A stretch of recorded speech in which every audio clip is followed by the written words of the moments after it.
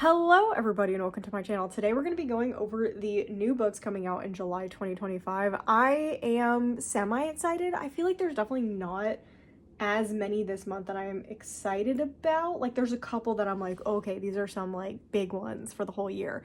But generally I feel like we're starting to slide into it's going to be one or two books a month or every 2 months that I'm really excited about, and that's good because I have too many already. So let's get right into the books. We don't really need to intro this. Besides, if you've never seen one of these before, I generally do not do historical fiction, general fiction, unless it's like very specific authors, nonfiction unless it's like a specific memoir that I'm really excited about, and that's all I can really think about. This is generally focused on fantasy, mystery thriller, horror, and some romance. You know, that being said, let's start with what is the first date? July 1st, and we have Blood in the Water by Tiffany D. Jackson. This is a bit of a different one because this is actually a middle grade book. I have started this one already. I have an e-arc of it on NetGalley, and so far it's pretty good. It definitely reads younger, which is my struggle with it, but I think it's pretty interesting so far. I have tried a Tiffany D. Jackson before and I was not like the biggest fan, but I wanted to give another shot, a couple shots to her books. I normally give 3 or 4 chances to an author, and this would be chance 2, I believe. And so far I am enjoying it, even though it's outside of my comfort zone. But it is, get ready for the creepy beach read of the summer. Tiffany D. Jackson makes her thrilling middle grade debut with this can't put down murder mystery set on Martha's Vineyard. Think Jaws for a whole new generation. So I think what I remember is there is some sort of murder. They wash up on the beach and they're trying to figure out if it was a murder, etc. Yeah, shocking murder. Was it drowning? A shark attack rocks the community to its core. And our main character, Kaylani, is going to try and solve the mystery. So I think that sounds pretty fun. Okay, I adjusted a little bit because I forgot that I actually had to put this screenshot somewhere. So I'm trying to put it there. So the first one might look a little bit funny. Next up, we have Tenderly I Am Devoured. This says it's perfect for fans of Saltburn, For the Wolf, and House of Hollow. I love House of Hollow. Saltburn just cracks me up. Like, I actually have never watched the movie, but I've watched, one of my favorite things to do on YouTube is watch reaction channels, and I've seen the movie through reaction channels. And you know what? I don't need to actually watch the movie. Like, I'm good with watching it through reaction channels. But I love the idea behind it. It just has some things that are definitely not for me. So I enjoy watching other people react to it. But yeah, I thought that sounded really interesting because it says it's a moody, monstrously gothic romantasy in which a young woman must bind herself to a dangerous I think it's chthonic demon with the help of the son of a rival family to save her family's legacy and herself from ruin. So I don't know if this is going to be like a romance between her and the demon, or her and the son, or the son is secretly the demon. I feel like that's a popular thing. I don't know exactly what to expect out of this, but the cover, it's one of those like cover buys. Like, it's stunning. I'm so excited to see what this is actually about. I'm probably not going to read this. I'm probably not going to read this because I did not like her original series. This is that same TikTok author who did, what is it, the Ledge series? I think it was a trilogy. I really wasn't a fan. I was kind of really bored with that series, and I ended up DNFing it after the second book. I never even read the third book. So I'm very torn about this one. A Forbidden Alchemy, stunning slow burn romantasy follows a fated pair who uncover a world-changing secret and are thrust into a violent class war, navigating love, loss, and devastating betrayals. Just that alone sounds exactly like the Ledge series. Like, it sounds so similar. But otherwise, I really don't know anything about this one. If you want to know more about it, I would definitely go check it out. Our last one for July 1st is Overruled by Lana Ferguson. I have not actually read one of her books yet. I'm too scared to because they are extra spicy. But this book is for anyone who likes, I'm assuming it's probably also going to be spicy. But this one really speaks to me because it sounds so much fun. Definitely enemies to lovers potential situation. 2 divorce lawyers determined to share only beds but not hearts discover that love is something that can't be overruled in this steamy contemporary romance. This is definitely one of those that would be like a library pickup, and I would see how steamy and how insta-lusty it is, because that seems like it could be. But I know a lot of people really like her books. And then I don't know if this is the right date. This might actually have a different date to it, but this is July 3rd. The very highly sought after next book written by Julie Soto, Rose in Chains.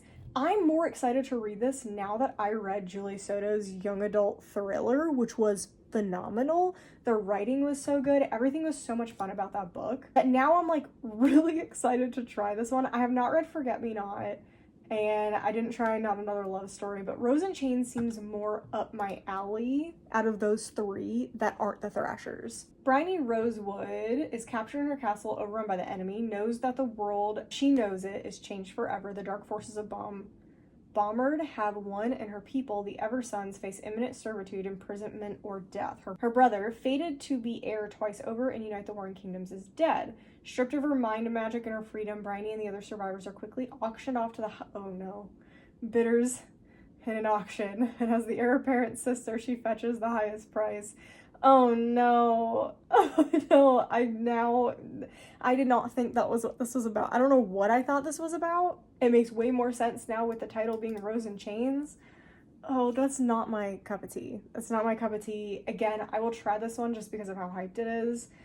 But yeah, I don't see myself reading this one probably. Next, we have July 8th, and there are significantly more books for this date. So we have Our Last Resort, which is a thriller mystery, and it's by the same author, I believe, as The Quiet Tenant. Yes, it's literally right there. It's literally right there. I have not read The Quiet Tenant, but I've heard really good things about it. It is a book that I do want to read, and this sounds pretty interesting. 15 years ago, Frida and her brother escaped a cult.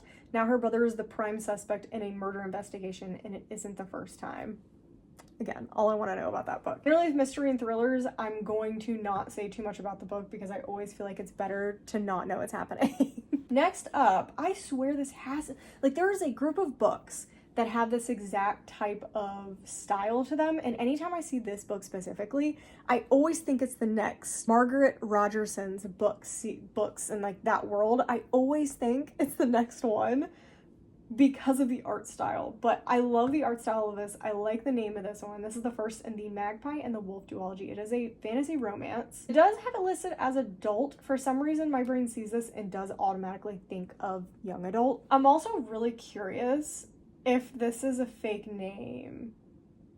I'm really curious if it's a fake name because this is a pirate romance and a rapier is a sword.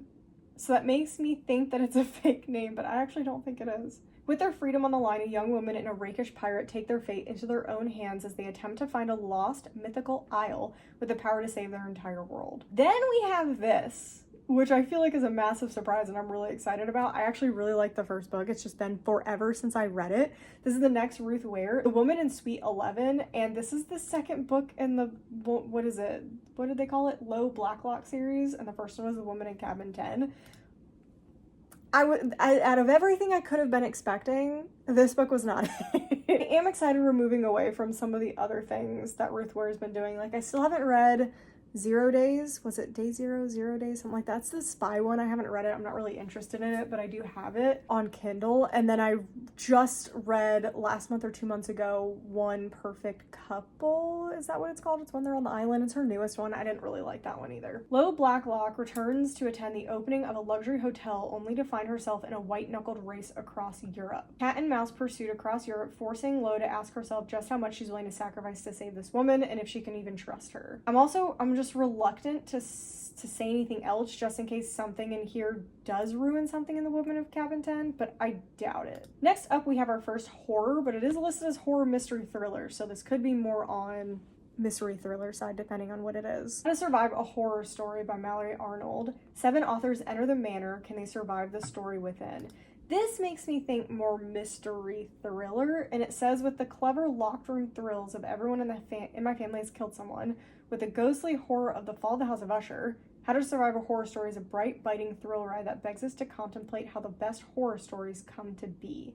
Okay, so it does seem like it is a true mix of the two genres. When legendary horror author Mortimer Queen passes, a group of writers find themselves invited to his last will and testament. Each have their own unique connection to the literary icon, known, some soon to be discovered, and they've been waiting for their chance to step into the author's shoes for some time. Instead, they arrive at his grand manor and are invited to play games. This very much seems like, what is that book? There's a book that's really popular when I was a kid, and it was literally just, and they made it into like a board game and everything. They're locked in this house, and it's like a deadly house, and you have to survive until morning, and then you get the money. So that's kind of what this seems like, but you know, make it adult. Next, one that is very exciting. I don't know if this will be for me, but I have liked a Scarlet St. Clair before, so I'm willing to give it a shot, but this definitely is outside of my comfort zone, very heavily romantasy. This is Terror at the Gates, and it's going to be the first in the new Blood of Lilith series. It says an all-new fantasy series from Scarlet St. Clair, biting feminist retelling of Lilith's story. Lilith will rise from the ashes of her former life to destroy the ancient power that stole everything she loves. I love this cover. I think this could be really, really good. I really enjoyed the first book. What is it? A Touch of Darkness. I really like that. Hated the rest of the series, unfortunately. Really didn't enjoy the rest of the series. So I didn't even get past, I think I read book 2 and I quit. So nervous, but I will definitely give it a shot because I like her writing style. Then one that everyone is so excited about, The Irresistible Urge to Fall for Your Enemy. Another one, don't know how I'm gonna feel about this, but this is 100% marketed as a, oh no, what is it called? Hermione and Draco fanfiction, I think is what I keep hearing. And a lot of people it's very torn in the community how people feel about that. A slow burn enemies to lovers romance featuring a scholarly healer and a gentleman assassin set in an exquisite fantasy world. Next up, we have a very interesting book, and it's called The Frozen People, and it is a mystery and has time travel in it. Don't know how I feel about that, but this could do time travel really, really cool. It's gonna be the first in a new series, and it is following cold cases. So Allie Dawson and her cold case team investigate crimes so old they're frozen, or so the inside joke goes. Nobody knows that her team has a secret. They can travel back in time to look for evidence. I think that sounds so cool. Like, I think that sounds so much fun for a book series that this is definitely like top of my list to read when it comes out. And then our final one is a literary fiction book, but this seemed really cool and I like the cover. It's called Bittersweet by Hattie Williams. And it says, when a young book publicist finds herself in an all-consuming workplace affair with her literary idol, she learns that the things you love most can sometimes be the very things that tear you apart in this intoxicating and moving debut novel.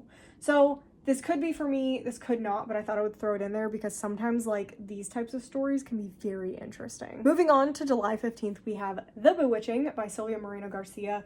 I don't know. I think this will be my last Silvia Moreno Garcia. I'm pretty much done with her books. I loved Mexican Gothic. I thought it was so, so, so good. But pretty much any other book that I've read by Silvia Moreno Garcia, I have not liked. So I just don't feel the urge to continue with her books. But this one seems like it could be the closest to the vibes that Mexican Gothic gave. And this is 3 women in 3 different eras encounter danger and witchcraft in this eerie multi-generational horror saga from the best-selling author of Mexican Gothic. But then seeing that, I'm just like, oh. Sometimes I feel like she overcomplicates her books, like Mexican Gothic. There's a reason that Mexican Gothic is what is still being put on her books and not any of the other ones that have come out. Like, I would expect Silver Nitrate if it had done well, to be honest, but it really didn't do that well. People did not enjoy that book. And I feel like everyone's having a similar experience as I am, where they're just not enjoying her other books. I really hope this is a hit. Like, I really, really hope this is a hit and doesn't overcomplicate things with the 3 different eras. I just want it to be a good, interesting, compelling horror book. Also coming out on July 15th is Her Many Faces by Nikki Cloak. And it says, for readers of Girl A and Notes on an Execution comes a whip-smart and suspenseful story of a woman on trial for murder as told through the eyes of the most important men in her life. I think this sounds really good. I think I saw a review on this one, and that's why I added this on there, because I wouldn't 100% say this is like in my comfort zone, but it sounds interesting. Next up, we have In the Veins of the Drowning by Kaylee Cassidy. And I literally don't remember adding this one. I don't remember adding this. It says it's a fantasy romance. I have no idea what this is. Imogen Nell is in hiding from a cruel kingdom that believes sirens are monstrous blood-hungered creatures, hiding from a king and his captain who viciously hunt her kind, hiding from her own alluring abilities. By keeping herself from the sea, Imogen's bloodlust is dulled and her black wings remain hidden beneath her skin. When a neighboring king comes to visit, Imogen can no longer hide. He knows precisely what she is, and he believes that he can save both their kingdoms from an even greater monster. But Imogen's power threatens to violently reveal itself, and the two form a blood bond that protects them both. Okay, that's probably why I added it. I just don't remember adding it. Next up, I'm so excited. I'm not going to say anything about this one because it actually does have a character talked about from the first book, but this is the new Sarah Beth Durst, The Enchanted Greenhouse, which is the second book after the Spell Shop. Spell Shop, I really, really enjoyed it. It's one of the only cozy fantasies that I actually really like. So I'm pretty excited for this one, and I really liked the audiobook of the first one, so I'm definitely going to try the audiobook of the second one, and I do have an ALC of this one. I just haven't gotten to it yet. Next up, again, it's another series. It's actually the conclusion. This is a duology. It is the second book in the Scorched Throne series, The Jasad Crown by Sarah Hashem. So good. So good. I have an e-arc, but because I got so sick and I'm not really reading that much right now, I haven't gotten to it, which is beyond depressing. So I still have this just sitting on my NetGalley shelf, which is so upsetting. But yeah, this is an Egyptian-inspired duology, and if you really want to read it's a borderline romantasy, so I would say people who are really big fantasy fans but want to try a romantasy, I would try this duology. If you are a big romantasy fan but you want to try like more fantasy, I would try this one. I think it's a good bridge of the gap between the two. And we have another romantasy, which is A Flame and Fury. I feel like everything is romantasy now. Even if it's not romantasy, I feel like it's labeled as romantasy. And I love the cover. I love the sprayed edges. I hope they actually match this well in person. Fourth Wing meets Iron Widow and this enemies to lovers young adult it's young adult romantic fantasy by debut author Michaela Bridge, the hottest mystery of the summer. On an island built from ash and shrouded in fire, Phoenix racing is a sport just as profitable as it is deadly. Then we have, is this the second book in the Witch's Guide thing? I think this is it. Yeah, Very Secret Society of Irregular Witches, which I own. So I thought I would throw this one in. I haven't read it yet, but this is the second one, or just, I don't know. I feel like it's got to be the second one, right? A whimsical and heartwarming novel about a witch who has second chance to get her magical powers and her life back on track from the national best-selling author of The Very Secret Society of Irregular Witches. I struggled through reading that one. I don't know if this is having to do with the first one or not, so I'm not going to read the... What is this ad? Disappear for 1 month, become... What the heck? I feel like AI ads are super annoying and they're super prevalent. They've gotten really bad on like TikTok and stuff. It's really annoying. Anyway, I'm not going to say anything else about this because I don't know if it has to do with characters from the first book because I didn't read the first book. Next up, we have July 22nd, and the first one is Another by Paul Tremblay. I actually did not know he was coming out with another one until like a month ago, and then everyone was like, oh my gosh, wait, he's coming out with another book. But this is a middle grade book. It's interesting because you have Tiffany D. Jackson, who decided to write a middle grade horror, and now we have Paul Tremblay, who's also writing a middle grade horror, which I love the cover. It feels very goosebumpsy, so I may give it a shot. I am hit or miss with Paul Tremblay so far. Delivers an unforgettable middle grade debut in this bone-chilling tale of an unsettling, unbreakable friendship. And yeah, I don't know much else about this, but we're gonna give it a shot. Then one I literally can't talk about is the fourth book in the These Hollow Vow series, but the second book in the like the first two books are a duology and the second two books are a continuation, but are also like their own little thing. It's just following a different character. So I can't really talk about it, but it is part of the These Hollow Vows duology. It is part of this whole These Hollow Vows series. Next one is by Holly Jackson. I'm probably not reading this. I am not a fan of Holly Jackson. I haven't liked Holly Jackson that I've read so far, but I know a lot of you guys are fans of Holly Jackson, so Not Quite Dead Yet by Holly Jackson is coming out July 22nd. First novel for adults. Maybe I will try it. Twisty thriller about a young woman trying to solve her own murder. In 7 days, Jet Mason will be dead. Jet is the daughter of one of the wealthiest families in Woodstock, Vermont. 27 years old, she's still waiting for her life to begin. I'll do it later, she always says. She has time. Until Halloween night when Jet is violently attacked by an unseen intruder. She suffers a catastrophic head injury. The doctor is certain that within a week the injury will trigger a deadly aneurysm.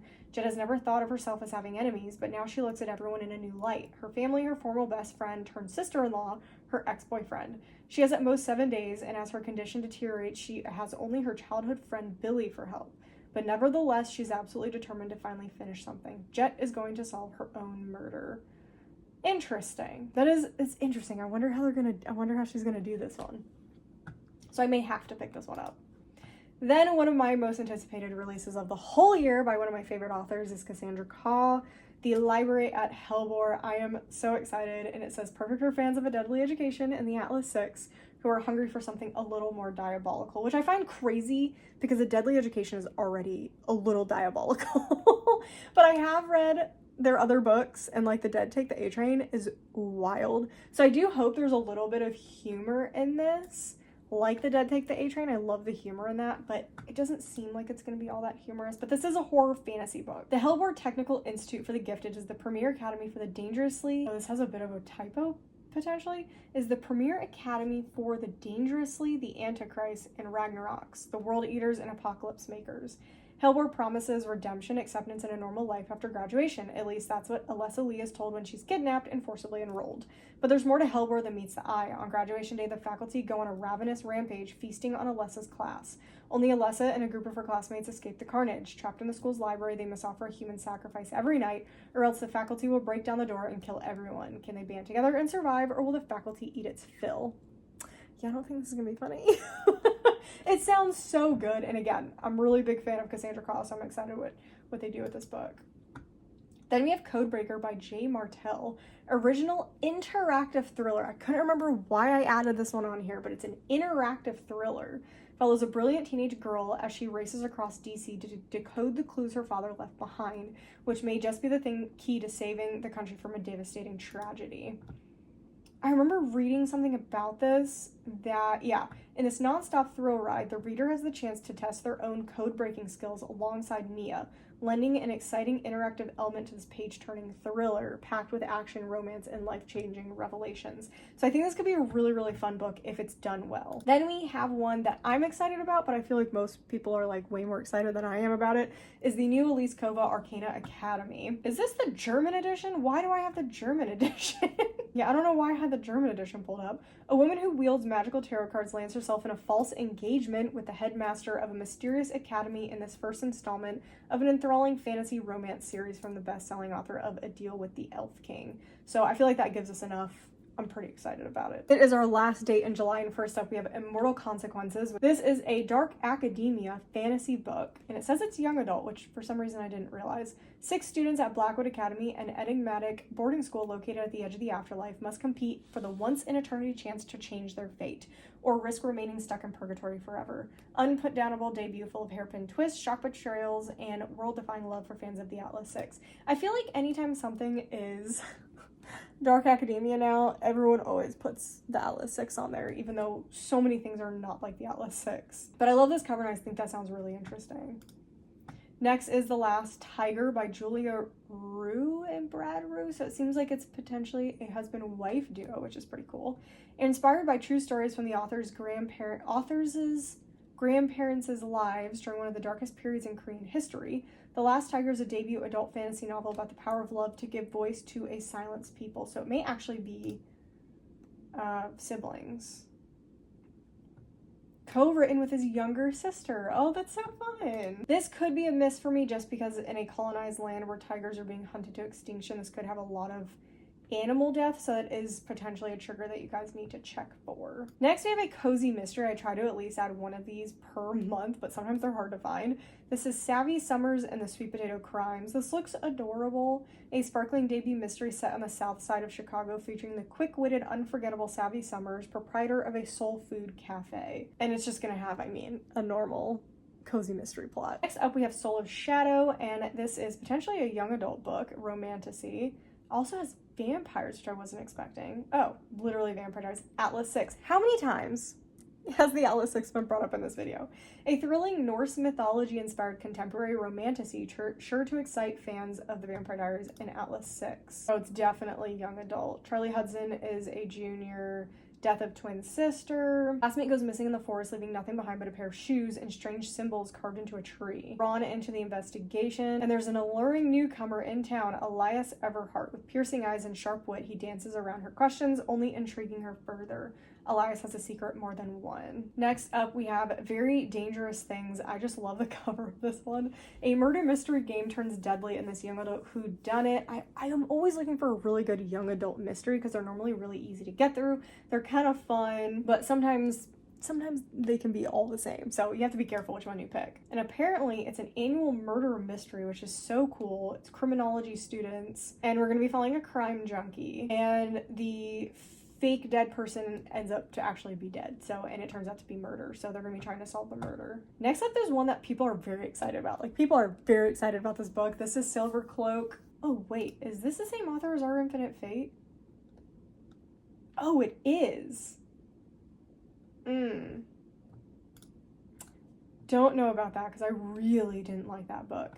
In this addictive new fantasy series set in a world where magic is fueled by pleasure and pain, an obsessive detective infiltrates a brutal gang of dark mages, knowing that one wrong move will get her killed. Kind of sounds really good, though. That kind of sounds really good. Again, I will give authors many chances, so this could be really good. And then our very last book, and definitely, oh my gosh, the cover is stunning. I have this as an e-arc as well. This is Soul Match by Rebecca Danson-Baker. It is a young adult fantasy. 200 years ago after World War III, the world is at peace, all thanks to the soul identification system. Every 18-year-old must report to the government to learn about their past lives, a terrifying process known as curling. Good souls leave the Institute with their inheritance, a career path, and if they're lucky, a soulmate. Bad souls leave in handcuffs. It's a nerve-wracking ordeal for Siobhan, who, given her uncanny ability to win every chess match, already suspects her soul isn't normal. Turns out, she was right to worry.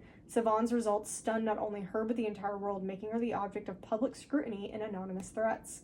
Saddled with an infuriating and off-limits bodyguard, Siobhan is thrust into a high-stakes game where souls are pawns and rules don't exist.